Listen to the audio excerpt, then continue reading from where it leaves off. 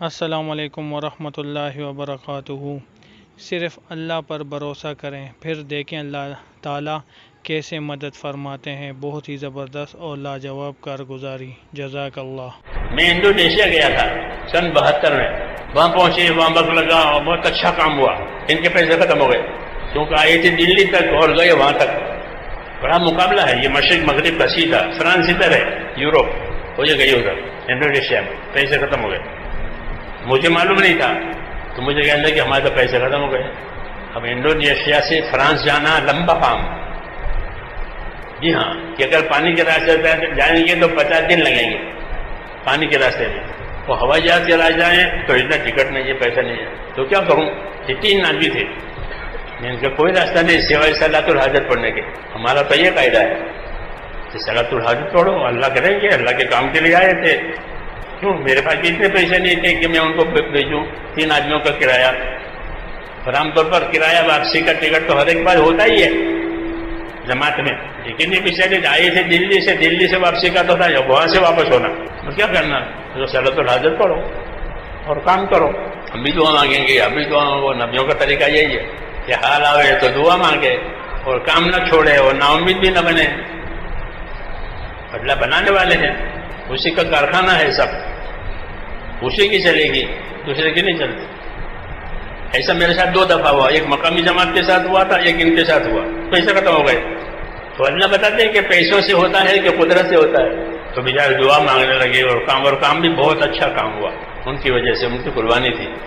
پہلی جماعت تھی وہ ہماری سماٹرا میں، اس سے پہلے جماعت نہیں گئی، 1972 میں، کچھ سال ہو گئے۔ خیر اللہ کے شان کہ ٹوکیو میں ایک تجارتی میلہ ہو رہا تھا، جیسے ہمارے دلی میں وہ تجارت کی جگہ بنائی ہے نا پرگتی میدان، تو تجارتی میلے لگتے ہیں ملکوں میں، تو ٹوکیو میں تجارتی میلہ لگا ہوتا، تو تاجر سب لوگ وہاں آتے تھے وہ میلے میں اپنا مال لے کر کے، اور ہوائی جہاز خالی جاتے تھے واپس، تو ان کو نقصان ہو رہا تھا ہوائی جہاز والوں کو۔ تو انہوں نے اعلان کیا کہ ادھر سے کوئی اتر جائے گا تو آدھی ٹکٹ میں لے جائیں گے۔ یہ اعلان آیا جاپان سے ادھر کہ کوئی ادھر سے ادھر جاوے تو آدھی ٹکٹ، یہ ادھر ہی جانے والے تھے، تو مجھے کہنے لگے کہ آدھا تو ہو گیا، قدرت کہ آدھا انتظام تو ہو گیا، اب کچھ باقی ہے، اللہ سے مانگیں گے، اللہ اور بھی کرے گا۔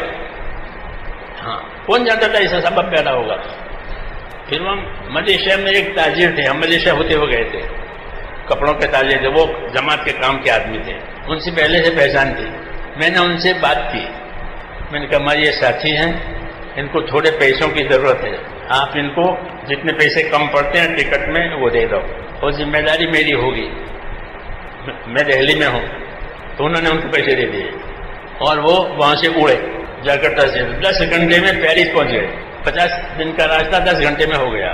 اللہ کے شان اسی سال میں انگلینڈ کا پہلا اجتماع شیفیلڈ میں ہو رہا تھا 1972 میں، تو سارے بزرگ دہلی سے اور پاکستان سے سب وہاں پہنچے تھے انگلینڈ میں، یہ لوگ بھی وہاں پہنچے، پیرس ہو جائے قریب ہے تو وہ اجتماع میں شریک ہوئے یہاں سے جا کر کے، تو سب ہندوستانی لوگ ملے، انہوں نے وہ رقم ان کے ساتھ بھیج دی جن سے ہم نے دکان والوں سے لی تھی، وہ تو وہ رقم بھی ان کو پہنچ گئی اور وہ بھی پہنچ گئی صحیح سلامت۔ سمجھ میں آئی بات؟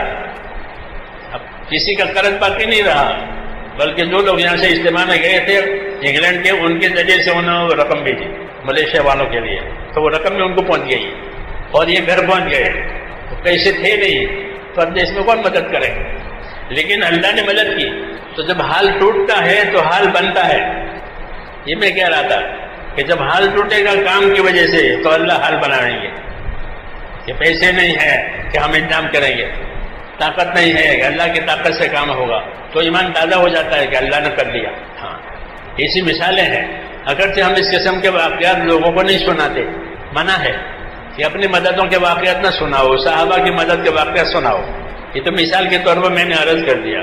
ایسی بہت مددیں ہوئی اللہ تعالیٰ کی جماعتوں کے ساتھ، جی ہاں، اس کو نہیں بیان کیا جاتا کہ ان کی دعاؤں پر یہ ہوا، ان کی دعاؤں پر یہ ہوا، یہ بارش نہیں تھی، بارش ہو گئی ملک میں، پورے ملک میں بارش ہوئی جماعت کی دعا سے، لوگ نکلتے نہیں تھے کہ پانی نہیں ہے، کہاں جائیں، خرچہ نہیں ہے، سوکھا پڑا ہوا ہے پورا ملک، تم لوگ اللہ والے ہو، تم دعا کرو۔ جماعت تو بیچاری سیدھی ساتھی ہوتے، وہ کوئی بزرگ ہوتے نہیں، وہ سب 4 مہینے والے ہوتے ہیں.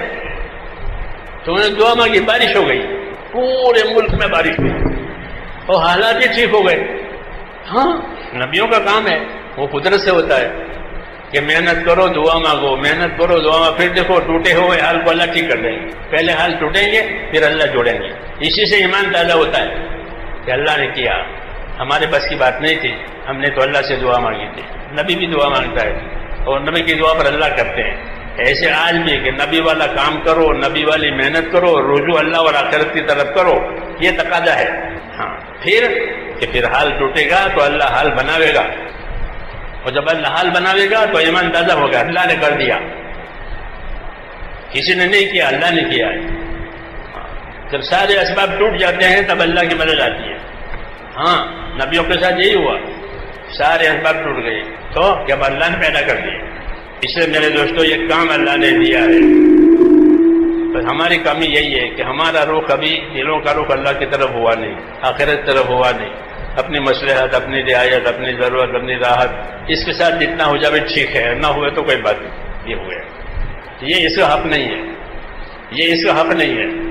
کیوں کہ اس عمل کے پیچھے اللہ کے بڑے بڑے وعدے ہیں، عزت کے، کامیابیوں کے، حالات کے بدلنے کے.